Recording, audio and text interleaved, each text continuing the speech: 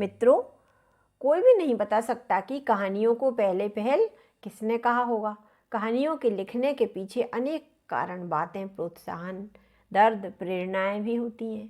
कभी कभी कोई उद्देश्य तो कभी मनोरंजन, रोचकता या कभी कभी कोई गहरा प्रेम भी होता है, पर वह हमें अवश्य ही कुछ न कुछ शिक्षा देती है। तो आइए आज सुनते हैं हृदय की परख, जिसे लिखा है आचार्य चतुरसेन शास्त्री ने। भाग तीसरा। सरला ने आदर पूर्वक उस स्त्री का स्वागत करना चाहा, पर उस स्त्री की दृष्टि ज्यों ही सरला पर पड़ी त्यों ही दौड़कर उसने उसे गोद में उठा लिया। सरला से न बचाव करते बना न इनकार करते, सबके सब दालान में आ गए थे। योग्य आसन पर बैठने पर सरला ने अत्यंत मधुर भाव से पूछा, माननीय देवी, आप कौन हैं और इस झोपड़ी को पवित्र करने की कृपा क्यों हुई है? क्या आदेश है मेरे लिए? आज्ञा कीजिए। रमणी अभी तक निर्निमेष दृष्टि से सरला का मुख ताक रही थी। उसने आर्द्र भाव से कहा, सरला, मुझे तुझे ही अपना परिचय देना होगा क्या? सरला डर गई, शायद उससे कुछ असभ्यता हो गई हो। उसने हाथ जोड़कर पूछा, क्षमा करो दयामयी, अनजाने में अपराध हो गया हो तो। हम गांव के लोगों को वैसी बातचीत की सभ्यता नहीं आती ना। रमणी से ना रहा गया। उसने सरला के दोनों हाथ पकड़कर उसे अपनी गोद में खींच लिया और कहा, बेटी, यह अभागिनी तेरी माँ है। सरला चौंक पड़ी। माँ? धीरे से उसने उसके बाहुपास से अपने को बाहर निकाला और वह एकटक उसके मुख को देखने लगी। कुछ देर ठहरकर उसने पूछा, मेरी माँ? वह किंचित आश्चर्यचकित थी, या कि सदमे में। हाँ सरला। नहीं देवी, ऐसी बात क्यों कहती हो? आप राजरानी हो। हमारी लड़की इस जंगल आपकी लड़की इस जंगल के झोपड़े में क्यों आने लगी? इस अभागिनी ने तो अपनी माँ को आज तक एक बार भी नहीं देखा। इसकी माँ होती तो क्या एक बार भी अपनी दुधमुही बालिका को याद न करती? रमणी ने ठंडी सांस भरकर कहा, भाग्य में यही लिखा था बेटी। जब तू 7 दिन की थी तभी तेरे बाप से झगड़ा हो गया था। उस दिन आंधी पानी का जोर था। उसी समय तेरा बाप तुझे घोड़े पर लेकर चल दिया था। तब से आज तक उसकी सूरत नहीं देखी। सरला ने देखा रमणी का चेहरा एक कटु विषाद में डूब गया। उसकी आंखों से आंसू झर रहे थे। सरला बोली, यह क्या, पिता अब तक तुम्हें नहीं मिले तो वह गए कहाँ? रमणी बोली, हाँ, तब से आज तक उनका पता ही नहीं लगा कि वह कहाँ हैं। पर तेरे मुख में उनकी छाया देखकर वे सारी बातें और घाव हरे हो गए। इस बीच में बहुत ढूंढ चुकी हूँ, पर प्रयत्न सफल नहीं हुआ। इतना कहकर उसने अपने आंसू पोंछ डाले। सरला ने तनिक विस्मय से कहा, पर आपके शरीर पर तो मैं सुहाग के पूरे चिन्ह देखती हूँ। इस बात से रमणी लज्जा से कुछ सिकुड़ सी गई। उसके ललाट पर पसीना छा गया। उसने सामने की भीत पर नज़र डालते हुए कहा, पर इसमें मुझे कुछ भी सुख नहीं है। यह ना होता तो ठीक ही होता। सरला ने कुछ आग्रह से कहा, किंतु मेरा प्रश्न कुछ और ही है। उस रमणी ने बात काट कर कहा, बेटी, मैं बड़ी अभागिनी हूँ, महा दुखनी हूँ। हाय, मेरी बात क्या कहने योग्य है? मैं बड़ी बड़ी पापनी हूँ। वे बातें कुंवारपने की हैं, जब तुम हुई थी। जब तुम्हारे बाप का कुछ पता न चला तो मेरे पिता ने मेरा नेत्र ब्याह कर दिया। मेरे पति एक नगर के प्रसिद्ध धनी थे। मेरे पति एक नगर के प्रसिद्ध धनी हैं। उसका यह प्रलाप किसान के करोंत की तरह कर कर करता हुआ सरला के सरल हृदय को इस पार से उस पार चीरता हुआ चला गया। उसने रमणी की ओर से मुँह फेर लिया। रमणी ने उसका यह भाव ताड़ कर कहा, बात तो घृणा की ही है, पर अब घृणा करने से ही क्या होगा? उसके लिए मैंने क्या क्या न किया। जो नहीं है उसकी बात का क्या? बड़ी कठिनता से तुम्हारा पता पाकर आई हूँ। सरला ने कुछ विरक्त होकर कहा, क्यों आई हो यहाँ? इतनी कृपा की तो कुछ आवश्यकता नहीं थी। रमणी ने कुछ खिन्न होकर कहा, सरला, तुझे अपनी माँ का जन्म में एक बार आना भी खटक उठा तुझे? सरला ने बात काट कर कुछ उपेक्षा के स्वर में कहा, नहीं, खटक क्यों उठा? आई हो तो स्वागत है, पर अब इस बात के कहने में ही क्या है कि तुम मेरी माँ हो? क्यों, यह बात सुनकर तुझे क्या कुछ सुख नहीं हुआ? कुछ नहीं, कोई सुख नहीं हुआ। मेरी धारणा थी कि मेरी स्नेहमयी जननी संसार में नहीं है। यदि होती तो क्या आपने पेट की जाई बेटी को एक बार भी याद ना करती, देखने ना आती? मेरी माँ तो तुम हो ही नहीं सकती। पर अब यह धारणा निर्मल हो गई। जैसा कि तुम कहती हो कि मेरे पिता के तो मरने जीने का भी कुछ ठिकाना नहीं है, और मेरी माँ मेरे ही सामने बैठी हुई है। वह सुहागिन, सुखी और एक प्रसिद्ध धनी की स्त्री है। सरला का मुख तमतमा आया। आज से प्रथम किसी ने उसे ऐसी उत्तेजित अवस्था में न देखा था। उसका दम घुटने लगा। इतना कहकर वह उठ खड़ी हुई। रमणी बहुत ही अनमनस्का हो रही थी। तिस पर भी उसने सरला का हाथ पकड़कर कहा, सरला बैठ जाओ बेटी, अपनी माता का अपमान मत करो। अपने कर्मों पर मुझे स्वयं अनुताप है। फिर मैं चाहे जैसी हूँ, पर तुम मेरी ही वस्तु हो। तुमने बड़ा कष्ट पाया है बेटी, अब मैं तुम्हें अपने घर ले चलूँगी, वहाँ चलकर सुख से रहना। सरला ने नीचे सिर झुकाकर कहा, तुम्हें अनुताप है, यह तो बड़ी खुशी की बात है, पर तुम्हारा मुझ पर स्वत्व कैसे है? तुमसे भी अधिक इस झोपड़ी का, इन पशु पक्षियों का, इन खेतों का और उस युवा का मुझ पर स्वत्व है। अपने ही सामने सत्य बैठा था और अपना काम कर रहा था। उस युवा का स्वत्व है। यह बात उसके कान में पहुंचते ही वह एक ही छलांग में वहाँ खड़ा हुआ और सरला से बोला, सरला, ये देवी कौन है? सरला ने कहा, यह एक बड़े घर की रमणी है। रमणी ने कहा, मैं सरला की माँ हूँ बेटा, इसे अपने घर ले जाने को आई हूँ। सत्य निर्निमेष दृष्टि से सरला को निहारने लगा। सरला ने कहा, मेरी सच्ची माँ तो यह धरती है। मुझे इसकी गोद में जो सुख है वह तुम्हारे महलों में भी न मिलेगा। अच्छा आओ, मेरा आतिथ्य तो स्वीकार करो। जो रूखा सूखा है भोजन करो और विश्राम करो। प्रौढ़ा ने उदासीनता से कहा, मेरी बेटी होकर तू गैरों की सी बातें करती है, इसे देखकर बड़ा दुख होता है। तू बीच में ही बात काटकर सरला बोली, देवी, सचमुच में तुम्हारी बेटी नहीं हूँ, इस बात को भूल जाओ। तो क्या तू मेरे साथ न चलेगी? कहाँ? मेरे घर।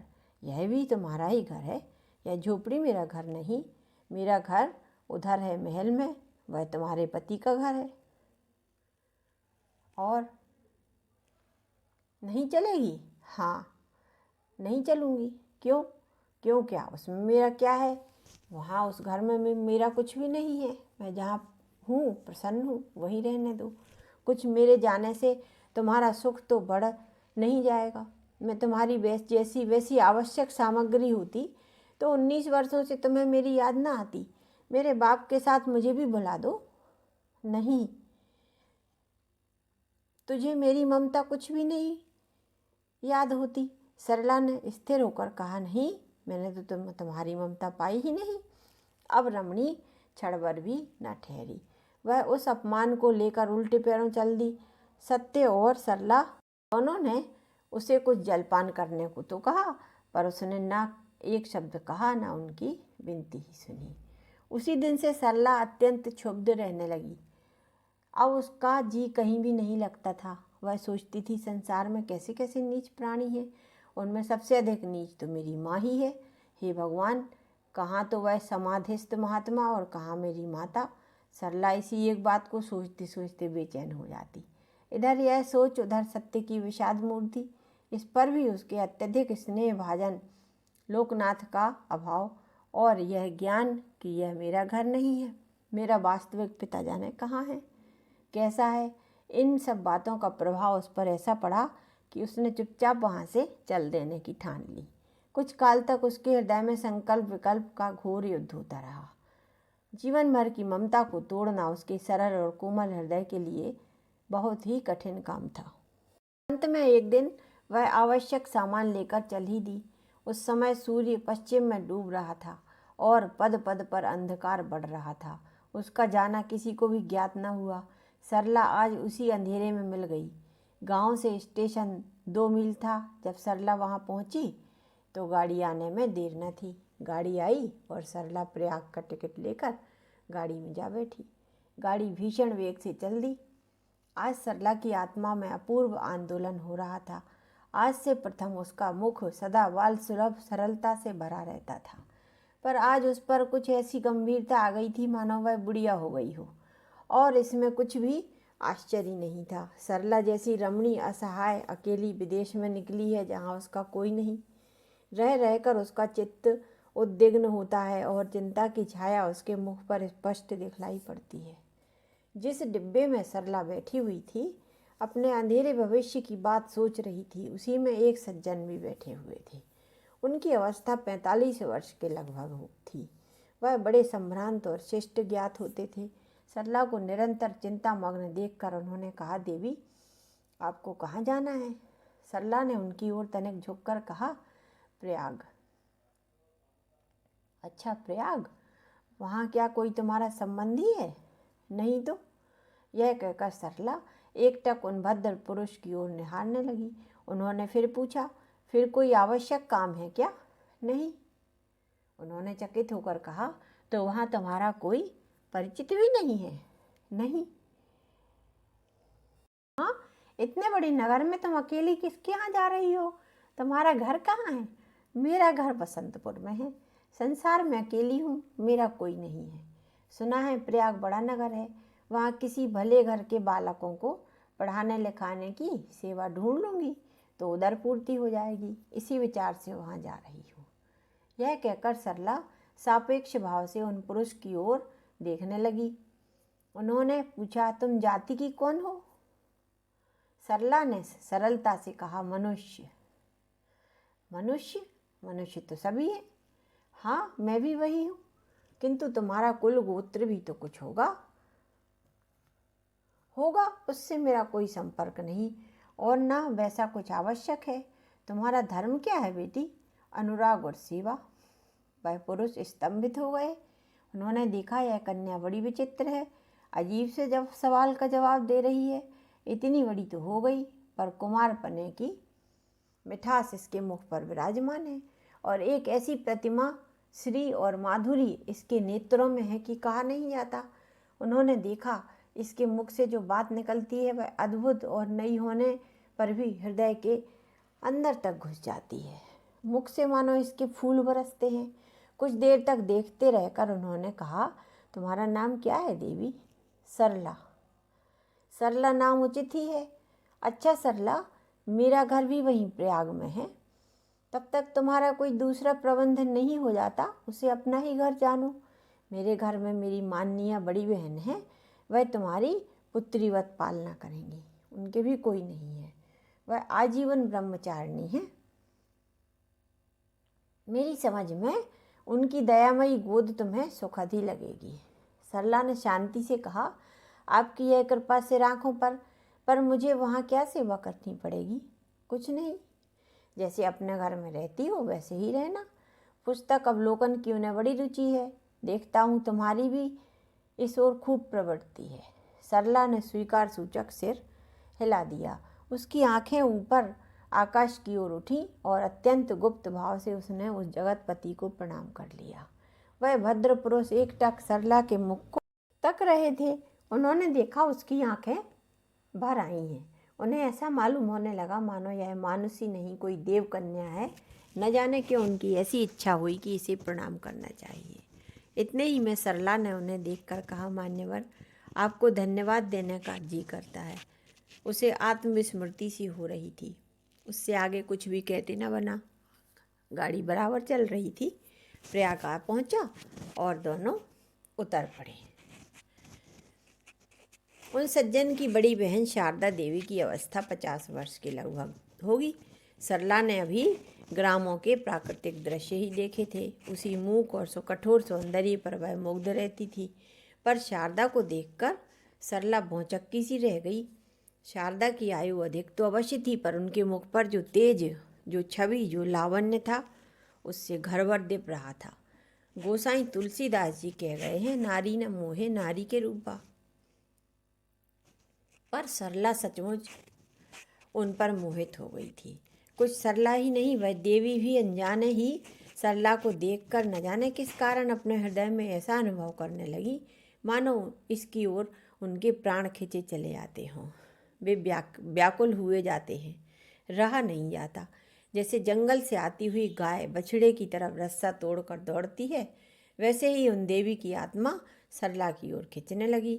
उन्होंने सरला से पूछना चाहा, सुभगे तुम कौन हो और कहाँ से नेत्रों को तृप्त करने आई हो? आओ, तुम्हारा स्वागत है, पहले मेरी गोद में बैठो। और उधर सरला के मन में भावना उठ रही थी, यही उन सज्जन की श्रीमती भगनी है, इन्हें प्रणाम करना चाहिए, किंतु ना उनसे स्वागत करते बना ना इनसे प्रणाम। क्या जाने किस अर्तक के शक्ति ने कैसी चुम्बन शक्ति उत्पन्न कर दी। पलक झपकते ही दोनों के हृदय मिल गए और भुजाएं गुथ गईं। उन्होंने सरला को अपनी बाहों में समेट लिया। ना उनमें चेष्टा थी ना गति, लेकिन दोनों एक दूसरे में गुथी हुई थी। बाबू सुंदरलाल अभी बैठक में असबाब ही रख रहे थे। अब वह बहन को सरला का परिचय देने के लिए जो भीतर आए, तो क्या देखते हैं कि वे दोनों पवित्र पुष्प परस्पर गुथ कर अपूर्व शोभा बढ़ा रहे हैं। परिचय देने के प्रथम ही 2-4 मिनट में वे दोनों आत्माएं ऐसी मिल गईं मानो कितने युगों से दोनों को एक दूसरे की प्यास थी। कुछ देर स्तब्ध रहकर सुंदर बाबू बोले, बहन, इन देवी को क्या तुम पहले से ही जानती हो? दोनों की निद्रा भंग हो गई। दोनों ने नेत्र उठाकर उनकी ओर देखा और तनिक कुंठित सी होकर दोनों अलग अलग हो गई। सुंदर बाबू ने देखा, दोनों के नेत्रों में एक अतृप्त अनुराग रंग गया है। वह अपने प्रश्न के उत्तर के लिए बहन को देखने लगी। शारदा देवी बोली, नहीं भाई, इन्हें कहाँ देखा है, सो कुछ याद नहीं है।